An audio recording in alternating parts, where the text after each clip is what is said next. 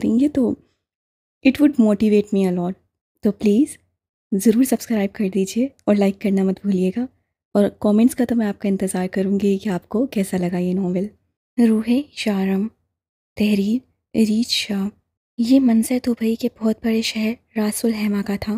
اس شہر کو Ras Al Khaimah اس لیے بھی کہا جاتا تھا کیونکہ یہاں خیموں سے مشابہت رکھنے والے چھوٹے چھوٹے مکان ہیں جو ساحل سمندر پر موجود ہیں. وہ اس طرح کے چھوٹے چھوٹے کام کرنے کے لیے خود نہیں آتا تھا، لیکن اس وقت سوال اس کے لیفٹ ہینڈ شارف کا تھا، وہ جو بچپن سے اس کے ساتھ تھا، اس کے ہر کام میں برابر کا شریک. آج وہ اسے تنہا نہیں چھوڑ سکتا تھا. وہ اس وقت دبئی کی ایک بہت بڑی جیل میں تھا. اس کا وفادار ساتھی، اس پہ جان نچھاور کرنے والے کو وہ اس طرح سے نہیں چھوڑ سکتا تھا. یہ سچ تھا کہ ڈان کو اس سے کوئی محبت نہ تھی، اس کے ساتھ کوئی دلی وابستگی نہ تھی، مگر وہ اس کے لیے جان دینے کا حوصلہ رکھتا تھا، اور ڈان کو ایسے ہی لوگوں کی ضرورت تھی. رات 1 بجے کا وقت تھا. راس الخیمہ شہر دنیا میں جتنا ویران اور خاموش ہوتا، رات میں اتنا ہی روشنیوں سے بھرا ہوتا. اور ڈان اکثر اپنے کام روشنیوں میں کرنے کا عادی تھا، کیونکہ اسے پتا تھا کہ گناہ گار کو اس کا گناہ نہیں بلکہ گناہ چھپانے کا طریقہ مار دیتا ہے. اس لیے وہ جو بھی کرتا کھلے عام کرتا. وہ اپنے کسی بھی کام میں کوئی غلطی نہیں کرتا تھا. شاید یہی وجہ تھی کہ 32 سال کی عمر میں وہ انڈر ورلڈ کا ڈان تھا. گناہوں کی دنیا میں قدم رکھتے ہی ڈان نے اس شہر میں ڈان نامی کئی کیڑے مکوڑوں کو مسل ڈالا. دبئی کا بچہ بچہ ڈان ڈیول کو جانتا تھا، لیکن کوئی بھی اس کی شکل سے واقف نہ تھا. وہ اتنی صفائی اور ہوشیاری سے کام کرتا تھا کہ ساتھ کھڑے ہزر کو بھی پتہ نہیں چلتا. شارپ بے گناہ نہیں تھا، اس سے بھی کئی گناہ کیے تھے، لیکن جس چیز کا الزام ابھی اسے دیا جا رہا تھا وہ اسے نہیں کیا تھا. اور ڈان کو یہ منظور نہ تھا کہ اس کی ٹیم کو کسی کو اس طرح ٹارگٹ کیا جائے. اس سے جن لوگوں سے مطلب نہ ہوتا ان سے وہ کوئی تعلق نہیں رکھتا تھا، نہ ہی دوستی اور نہ ہی دشمنی. لیکن واسق ملک نے اسے سامنے سے للکارا تھا.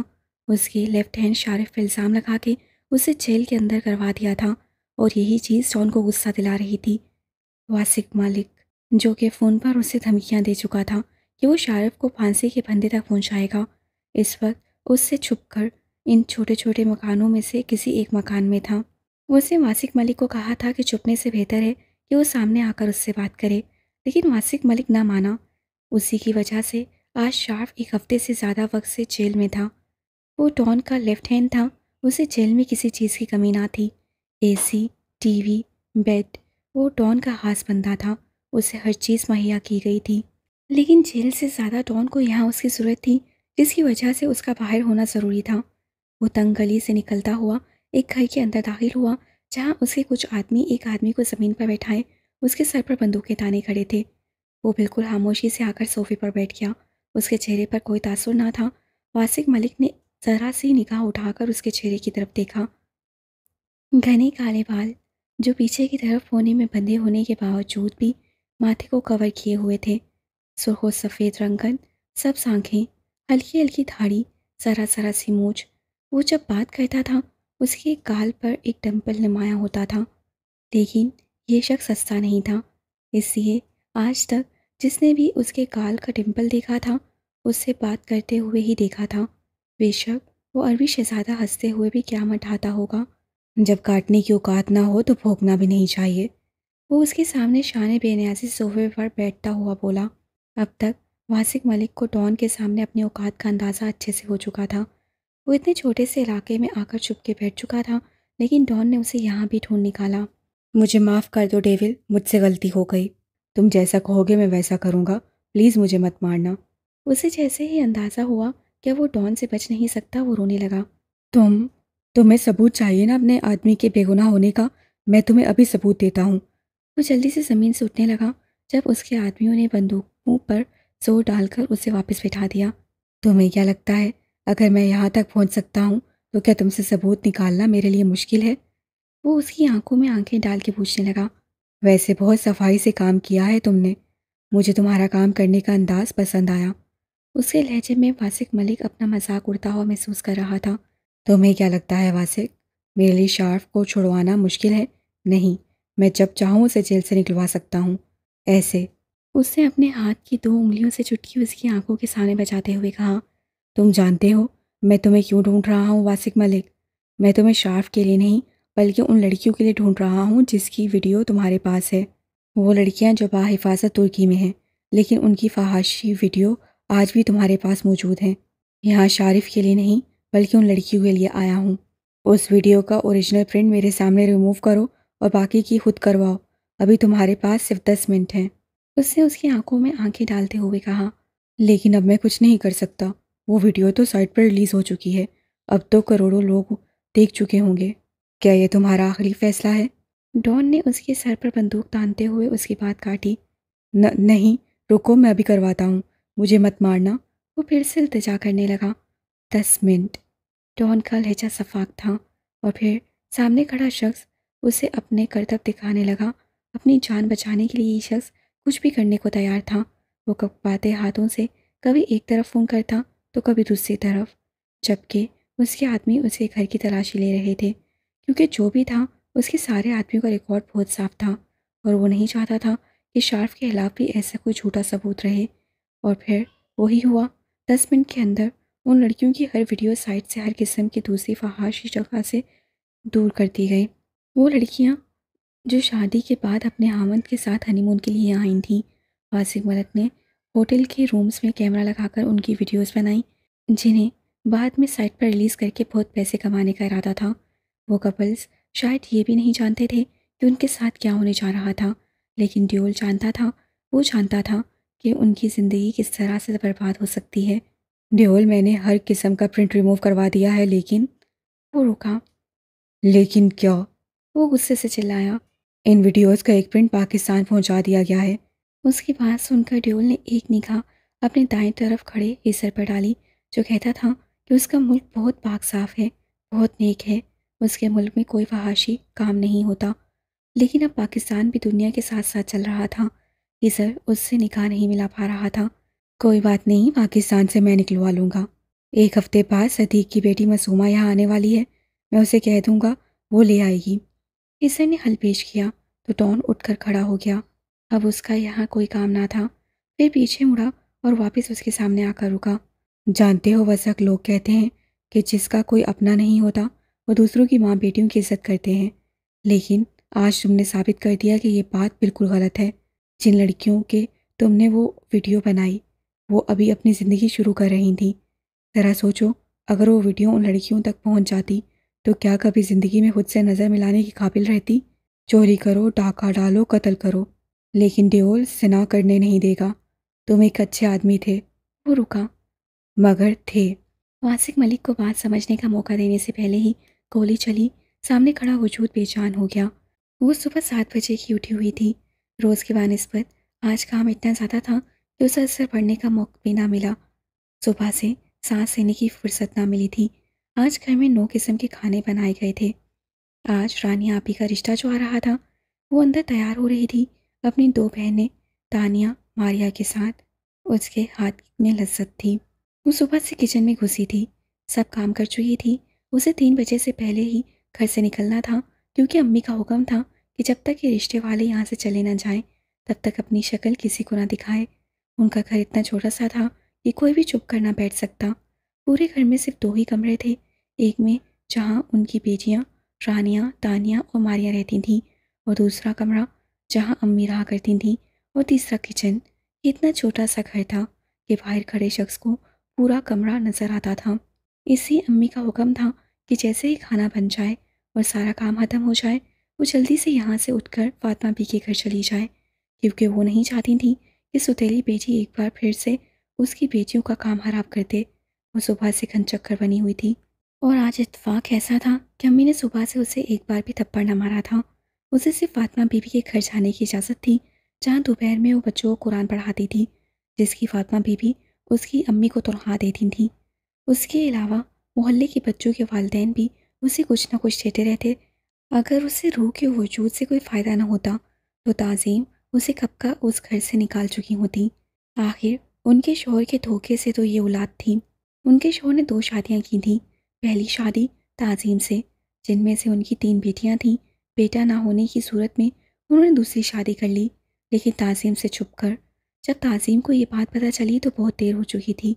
بیٹا تو انہیں دوسری بیٹی سے بھی نہ ہوا، بس ایک انچاہا وجود روح دنیا میں آ گئی۔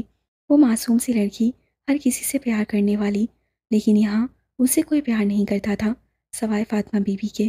وہ معصوم لڑکی اپنا بچپن کھو چکی تھی۔ وہ 19 سال کی ہو چکی تھی۔ گورنمنٹ اسکول میں اس نے میٹرک کر لیا، لیکن اس کے آگے اپنا تعلیمی سلسلہ جاری نہ رکھ سکی۔ وہ پڑھنا چاہتی تھی، کچھ بننا چاہتی تھی، لیکن کچھ بھی نہ کر پائی۔ اس کے حصے میں محبتیں نہ تھیں، اگر کچھ تھا تو 3 بہنیں یا امی کے تھپڑ۔ وہ دن میں درجنوں کے حساب سے اس کے منہ پر نقش بنا تھے۔ وہ احساس کمتری کا شکار لڑکی اپنے آپ سے بھی محبت نہیں کرتی تھی۔ اسے فاطمہ بی بی کے گھر میں جانے کی اجازت بھی صرف اس لیے تھی کیونکہ وہ اس کی امی کو مہینے کے 5,000 روپے دیتی تھیں۔ فاطمہ بی بی جانتی تھیں کہ اس کے ساتھ اس کے گھر میں کیا کیا ہوتا ہے۔ روح بچپن سے ان کے پاس آتی تھی کہ انہیں وہ پیاری سی لڑکی بہت عزیز تھی۔ اس کی ماں کا نام نور تھا اور اس کے باپ کو اس سے محبت نہ تھی۔ اس کی ماں نے اس کا نام روح نور رکھا تھا، یعنی وہ اپنی ماں کی روح تھی۔ اس سے اس کی بچپن کی یادیں چھین لی گئیں۔ وہ صرف چند دنوں کی تھی جب اس کی ماں اسے دنیا کے ٹوکروں میں چھوڑ کر ہمیشہ کے لیے چلی گئی۔ اس کے باپ کو اس سے کوئی مطلب نہ تھا، وہ تو بس اسے اٹھا کے اس کی سوتیلی ماں کے پاس سے آیا تھا۔ سوتیلی اولاد سے بھی بھلا کوئی محبت کرتا ہے؟ اس کے باپ نے کبھی اسے پیار سے نہ دیکھا اور 7 سال کی عمر میں ہی وہ یتیم ہو گئی۔ اس کی سوتیلی ماں کو جو ذرا سا اپنے شوہر کا ڈر تھا کہ اس کے سامنے روح کو کچھ نہ کہتی، وہ ختم ہو گیا۔ 7 سال کی عمر میں ہی اس سے اس کا بچپن چھین لیا گیا۔ تسیم نے صاف لفظوں میں کہا کہ فری کی روٹی نہیں ملے گی، کام کرنا ہوگا۔ 7 سال کا بچہ جو اپنے کپڑے بھی خود نہیں بدل سکتا۔ روح نے اپنے چھوٹے چھوٹے ہاتھوں میں جھاڑو اٹھا لیا۔ اسے ساتھ بیٹھ کر کھانے کی اجازت نہ تھی، جو بچتا ہے وہی کھانے کو ملتا۔ وہ روتی نہ تھی، اسے ان سب چیزوں کی عادت ہو چکی تھی۔ اسے آواز نکالنے کی اجازت نہ تھی، وہ بھی انسان تھی، اسے بھی غصہ آتا تھا، لیکن اسے جب غصہ آتا ہے وہ اپنے آپ پر نکالتی تھی۔ امی کے چھوٹے سے کمرے میں بس ایک ہی بیڈ تھا، اسے زمین پر سونے کی جگہ میسر تھی۔ اسے یہ پتہ نہ تھا کہ یہ چٹائی کب سے اس کے پاس ہے، لیکن وہ جب سے سو رہی تھی اسے یہی پھٹی پرانی چٹائی دی گئی تھی۔ میٹرک تک اسکول جاتی رہی، جو اسی کے محلے میں ایک گورنمنٹ اسکول تھا۔ یہ بھی فاطمہ بی بی ہی کی مہربانی تھی جو اس کی امی کی منتیں کر کے اسکول میں داخل کروا دیا۔ وہ پڑھائی میں بہت اچھی تھی۔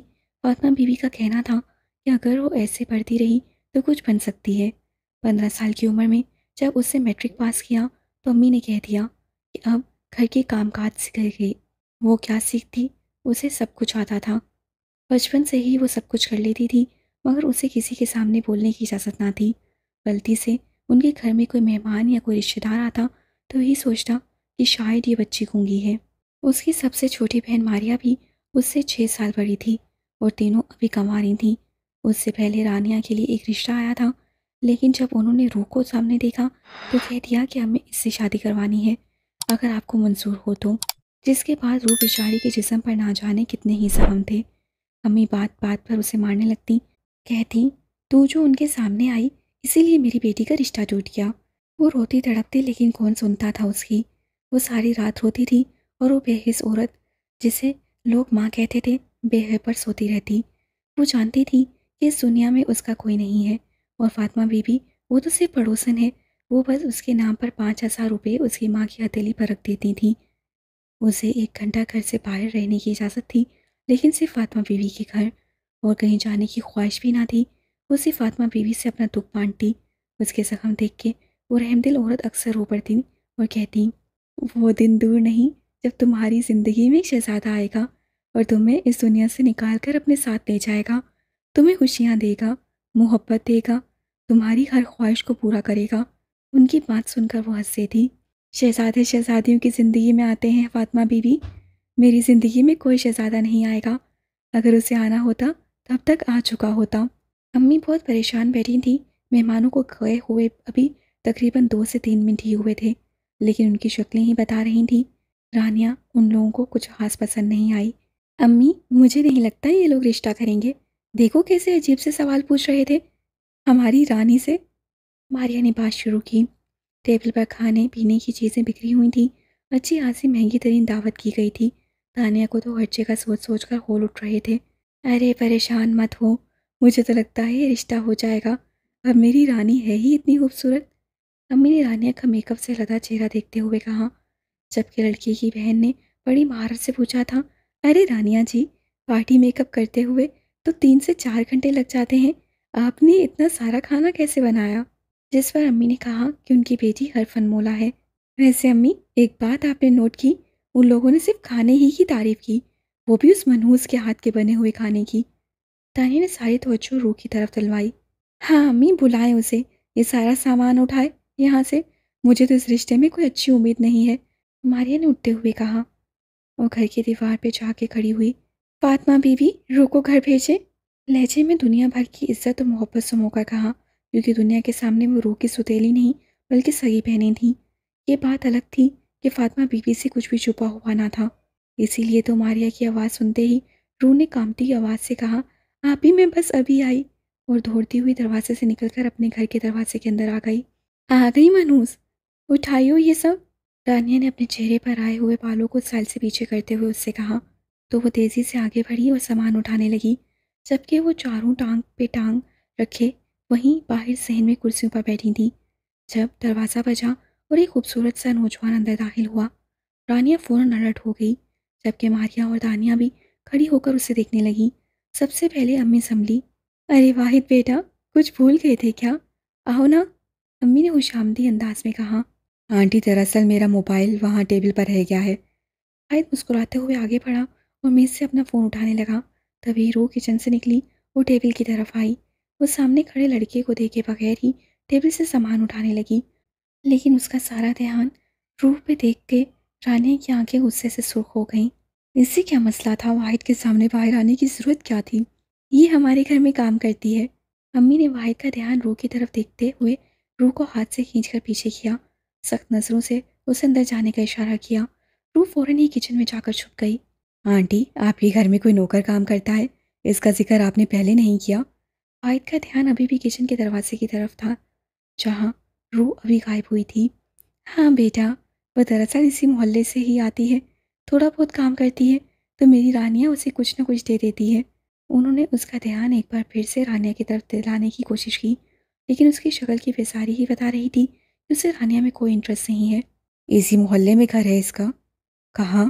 واحد نے جیسے ان کی اگلی بات سنی ہی نہ تھی، جبکہ اندر بیٹھی روح کو ایک بار پھر اپنی شامت آتی ہوئی نظر آ رہی تھی، اور پھر ویسا ہی ہوا۔ تقریباً کچھ ہی دیر بعد باہر سب سے پہلے رانیہ کے چیخنے چلانے کی آوازیں آنا شروع ہوئیں۔ میں نے کہا تھا نا امی، یہ لڑکی میرا گھر نہیں بسنے دے گی۔ دیکھا دیکھا آپ نے کیسے وہ اس کی طرف دیکھ رہا تھا اور اسی کے بارے میں پوچھ رہا تھا اور اس کے گھر کی انویسٹیگیشن کر رہا تھا۔ یہ لڑکی کبھی میرا گھر نہیں بسنے دے گی، میں اسے جان سے مار ڈالوں گی۔ جان بوجھ کے یہ واحد کے سامنے آئی ہے۔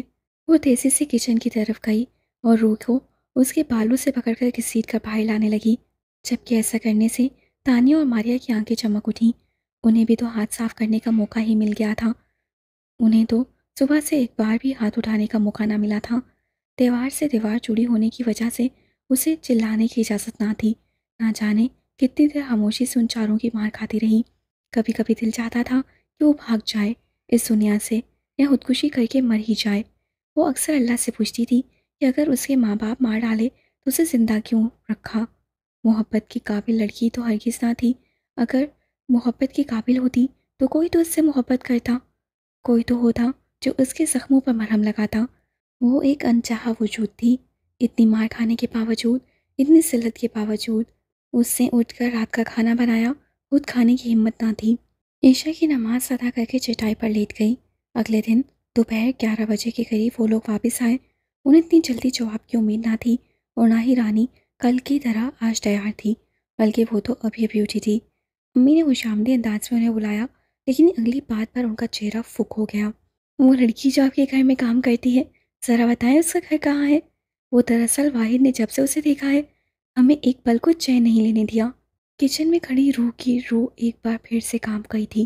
ابھی تو کل کے زخم ہرے تھے، جبکہ کچھ ہی دیر میں باہر امی کی آواز آنے لگی۔ وہ تمام لحاظ و مروت بھولی انہیں سنانے میں مصروف تھیں۔ امی نے اونچی اونچی آواز میں کہا، اگر اسے رانیہ پسند نہیں ہے تو روح بھی نہیں ملے گی، کیونکہ وہ اسی گھر کی لڑکی ہے۔ اسی منحوس سے ڈورے ڈالے ہوں گے اس پر، پہلے تو میں اسے رفع دفع کروں گی اس گھر سے، امی نے غصے سے چلاتے ہوئے کہا، جبکہ ان لوگوں کو اندازہ ہو چکا تھا کہ اس گھر میں آ کر انہوں نے اس بچے کی جان مشکل میں ڈال دی ہے۔ اس عورت نے ایک نظر کچن کی کھڑکی سے جھانکتی معصوم سے اس لڑکی پہ ڈالی جو اپنی شامت کا انتظار کر رہی تھی، اور چلی گئی۔ امی اونچی اونچی آواز میں روح کو پکار رہی تھیں۔ وہ اس قدموں سے چلتی باہر نکلی جہاں امی ہاتھ میں پائپ اٹھائے اسے پاس آنے کا اشارہ کر رہی تھیں۔ سر، وہ فائل میرے ہاتھ لگ چکی ہے جس پر ان سب لوگوں کے نام لکھے ہیں جن کے پاس وہ ویڈیو تھی۔ اس کے علاوہ میں نے وہ ویڈیو ریموو کر دی ہے اور میں کچھ ہی دنوں میں دبئی پہنچ جاؤں گی۔ ڈان کے ساتھ کام کرنا تو میرا خواب ہے۔ ڈان کے ساتھ کام کر کے ہی میں اپنے پاپا کا بدلہ لوں گی۔ مجھے پتا ہے کہ وہ پاپا کا بدلہ لینے میں میری مدد ضرور کریں گے۔ معصومہ نے انفارمیشن دیتے ہوئے کال بند کر دی۔ ایسا نے یہ بات آ کر ڈان کو بتائی۔ ڈان پہلے ہی اپنی ٹیم میں ایک لڑکی کو رکھ کے پچھتا رہا تھا، اب دوسری لڑکی کو اپنے ساتھ رکھنے کا سوال ہی پیدا نہیں ہوتا تھا۔ اس نے ہیزر کو کہا کہ جتنی جلدی ہو سکے لڑکی کے سامنے اس کے باپ کے قاتل کو ختم کیا جائے تاکہ وہ لڑکی اپنی زندگی میں آگے بڑھے۔